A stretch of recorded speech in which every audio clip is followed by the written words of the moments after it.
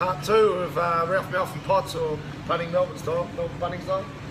Punting Melbourne style. Punting Melbourne style. It's Ralph Melbourne Potts this week, and we're looking at Flemington. And as you correctly said in your YouTube piece on Friday, it was going to be like the scene in Blazing Saddles, the baked bean scene. It was all about wind. Yeah. Yeah. Well. Oh dear, Ralph.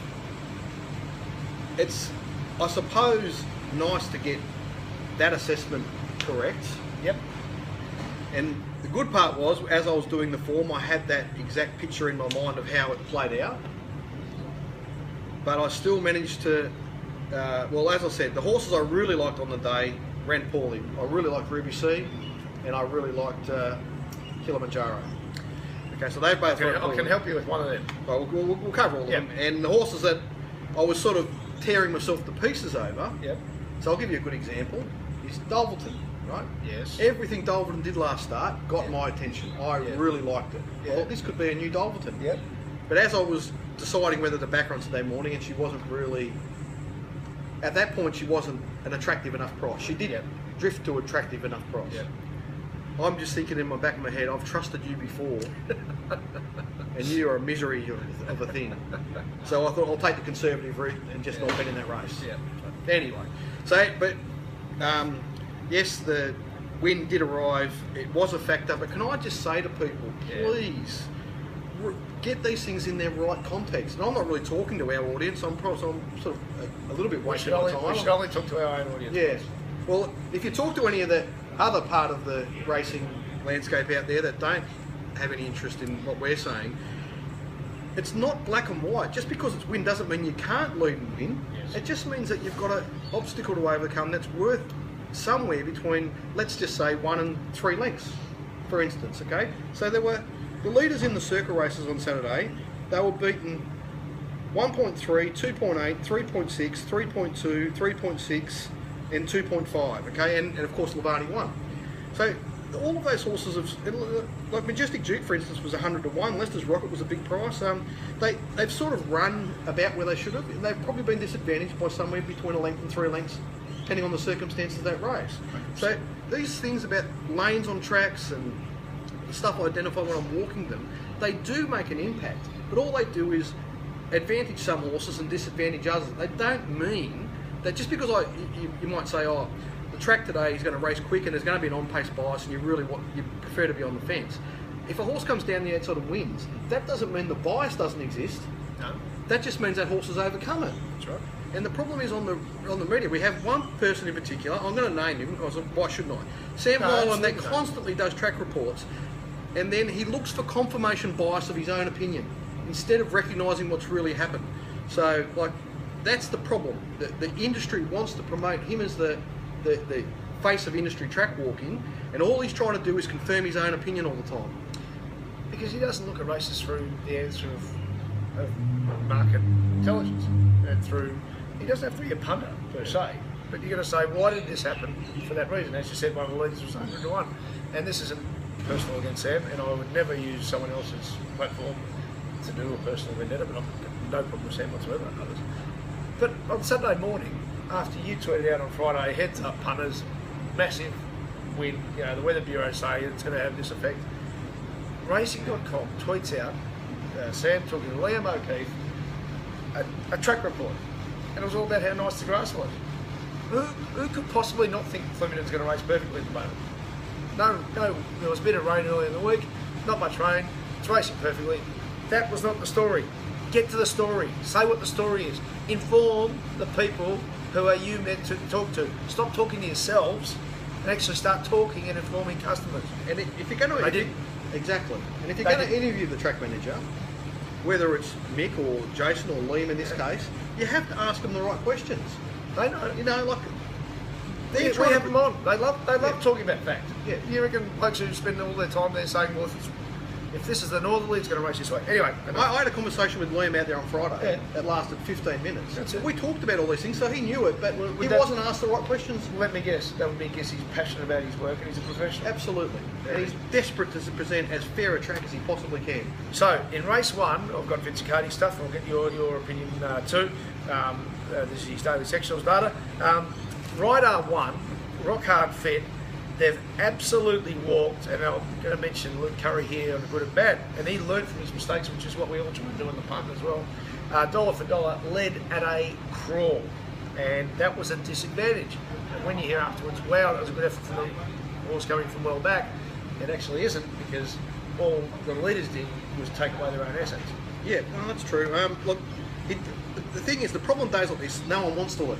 Yeah. The reality is someone has to. Yeah. Okay, so in this case, his instructions are probably just come out of the gate and ride him naturally, try not to lead, try and get cover if you can, you know what I mean? Yeah. So he's sort of on the back foot. However, when he gets on Lavani, which we'll talk about later, like Robert Smurden was incredibly sensible in saying there's no point trying to restrain this horse, just ride her with some conviction. There it is. And that's the difference. The conviction between the Lavani ride and the dollar for dollar ride make all the difference. Yes. Now, I just want to comment about that race because this is one of the marginal decisions that I made a mess of on Saturday. I looked at this race and I don't love this race, but it's a terrible race. Yep. The threshold here is not high. Yep. There's a lot of evidence that Aberdeen can just put a hole in this field, the favourite. It didn't end up running favourite because Dollar for Dollar did. So I thought if it doesn't win, the other Weir runner is highly likely to, set a threshold that the others can't get to. Yep. So I backed the two Weir runners, and this is the start of the day. They get beat 6 and 7 lengths, and it's. I just sometimes you're just left scratching your head. Aberdeen had an issue put up with mucus, so it was part of the mucus epidemic. There was mucus. We had an epidemic there on Saturday. The ones that bother me are the ones that show up in betting prior to the race, which is Del Prado. But Misty Girl, Knowable, Goodo, Fuse, Yulong Sheng Huey, Del Prado, See the Sparkle, Aberdeen are just some of those that pulled up with a slow recovery in mucus. Rewind, press play, we had another slow tempo race that Dolphin won, you touched on that earlier. Hell or High Water led very slowly, and again you said 1 to 3, I reckon that comes up in the data that it was restrained probably 5 lengths rather than impacting it 1 to 3, and that then set it up for Dolphin to just make one swooping run.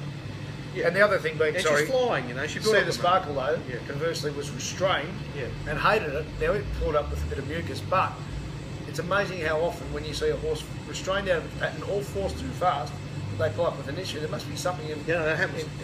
in not restraining an animal, but it doesn't help it. Absolutely, the amount of times, Ralph, that happens. Yeah. Horses are heavily restrained and they pull up with some sort of problem. Anchor Bid, I would say we learned nothing out of Anchor Bid. What we learned out of it was the start before, when it ran a good quality second for a 2-year-old filly that time of year. What's your assessment? Well, this was a 2-year-old maiden. That's what I mean. Yeah. A 2-year-old maiden over 800 metres. I've heard all sorts of people saying this horse is going to win the Oaks and blah, blah, blah. Like, Anchor Bid might be a good horse, but it won a maiden on Saturday. That's my point. It's proved nothing. Yeah. Proved nothing, slow time. Well, Portman, I found the 290 Saturday. I looked at it 100 times. So you weren't keen on Portman, or you were? It was a winning race, and didn't back it at the right time. I thought there'd be enough interest in other runners that the 7 to 4 would hold up. So I was completely wrong. Yes, with the market assessment. Well, as it was, once they've come out of the stalls, after 200 metres, he's probably $1.05 rather than $2.05. Except for, and he's run very well, Portman. What do you do with a rebellious Lord that runs so well? Now, never mind the fact that he was unlucky. I just had to risk him going from bog heavy 1100 first up to second up on a firm track 1400. For him to run that well, he must have an engine. Well, he was the good result for me in the race because I had taken a lot of note of his debut win. Yep. And then I bet against him at first up at Warrnambool, where he had everything against him. Couldn't have had more against him at Warrnambool. His last race of the day, Drew won. It was just like it was completely awful, and he won the race pointlessly. And it was knee deep. This horse has got like something there. We have not got anywhere near the bottom of this horse. No. I don't know what it is. Unfortunately, he'll probably run under the odds next start now. So that's the other thing. So race 5, we touched on this. Lavani. This was riding perfection here from Luke Curry. As you said, he obviously had the instructions, don't restrain it.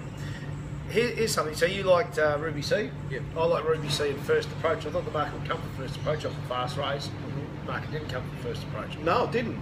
At all. No, it come for Balcazar. It did. If anyone can explain that to me, go ahead. And I think the previous start in the SP was Balcazar 20 to 1, first approach the 7. shortest Balcazar's previous shortest starting price, and against all these horses, Yep. is 20 to 1. Yeah, made no So, sense. for some reason, all of a sudden, this horse is a 4 to 1 chance in this race. So, First Approach and Ruby Sea, both of them, and we are talking apples to apples, zero opinion, this is just Vince's measuring, would have been leading race 1 at the 800 metre mark by 2 to 3 lengths, yet they were 8 lengths off the lead. That showed you that Luke Curry was going perfectly on a fast horse. He ended up going benchmark, and you said 1 to 3 lengths. Vince's opinion is 3 lengths impact the win. So the win's impacted at 3 lengths. He's gone benchmark, meaning he hasn't touched the horse. It's just the wind slowing it down a bit. Yeah. Perfect, and it's the only leader to win on the day. Yeah. Meanwhile, the other 2 horses, I'm not necessarily saying pilot error, but this is what we say about race shape and things you learn afterwards. If they had been in race 1, they would have been leading the field significantly. That's the difference race to race, and that's why after a race you've got to do your figures. Yeah. Now Ruby Sea went poorly. She was never going to win the race, but I think Ben Thompson, she jumped really well. Yeah. And there was an opportunity to come over outside Franco. He probably should have gone that way. Yeah. But I understand what he did, and anyway, Yeah. she just didn't turn up, which is disappointing. Uh, Now I really want punters to have a look at the Balcazar issue. I'd love the stewards to explain why was that horse so firmly in the market. Like when you look at the previous run with First Approach, Yep. where First Approach had a much shorter SP, their runs were the Made no same, sense. a couple of lengths between them. It's a curiosity that sometimes you just see a horse that's so, its SP is so out of line with its form Yeah. that you Craig Williams factor? well, it's something to do with it, but He went on, so maybe the robots were moving. Truckload. I haven't got an answer. Race 6 was the Darren Potter Irrigation Lanes handicap, where Playmaster and Karate murdered me and maybe you, I don't know, Divine Mr. Artie. He's second up, he'll improve again. And actually, both the old horses ran all right, but they were in exactly the spot. Well, they eventually got to it. Yeah. Got to it. So can I say to punters, right? So we talk about the whole track. So the Ra was out. How far was it out on Saturday? 3. All right. So we had 27 metres of track. The track's 30, right? You've got to hurry up, by the way. It's only 3 minutes left. Oh, okay. Real quick. So the irrigation lanes are from the true 11 to 17 lanes, right? And the outside 4 lanes on the track. So the ones in between, there's about 8 lanes in between. Yep. That don't get as much racing, and they're always a bit doughier. Yep. Okay. Nearly every horse in this race was on the 1 lane, the 8 lanes you didn't want to be in. Now 4 of them drifted into the centre lanes. They fought out the finish. In the last race, okay, Yeah, they'll avoided it. 4 of them come to the outside lanes, and the rest of them were in the 8 lanes you didn't want to be in. Yep. And those 4 horses filled 3 of the first 4 places. Torture. Race 7, Pacadali, second time in a fortnight it's won a very slow tempo race this track and distance. He hasn't got a bad finish on him, but I don't think we learned anything because he won the same way 2 starts earlier. Yep. The problem here, this is more of my venting. Yep. Okay. Perfect track there at Saturday. Yep. Didn't change from the start to the finish. Just magnificent. Yep. Okay. The map in this race, it was all about Lord Durant being in the field. Upgrade from a 4 to 3, and they allow the horse to be scratched. Like you've got to be joking. Torture. I mean, how are you going to do that? I mean, on Kilimanjaro, in the end, he'd been heavily backed anyway, and he's not run up to it. But it changed the race. But he's not run up to it as a stayer, and they've walked for the first 1200. Race 8, Swampland got the money from Moonlight's Choice. They both had the perfect run. I want to be on Victim Domino last start because this was a leader that worked a bit too hard due to over pressuring.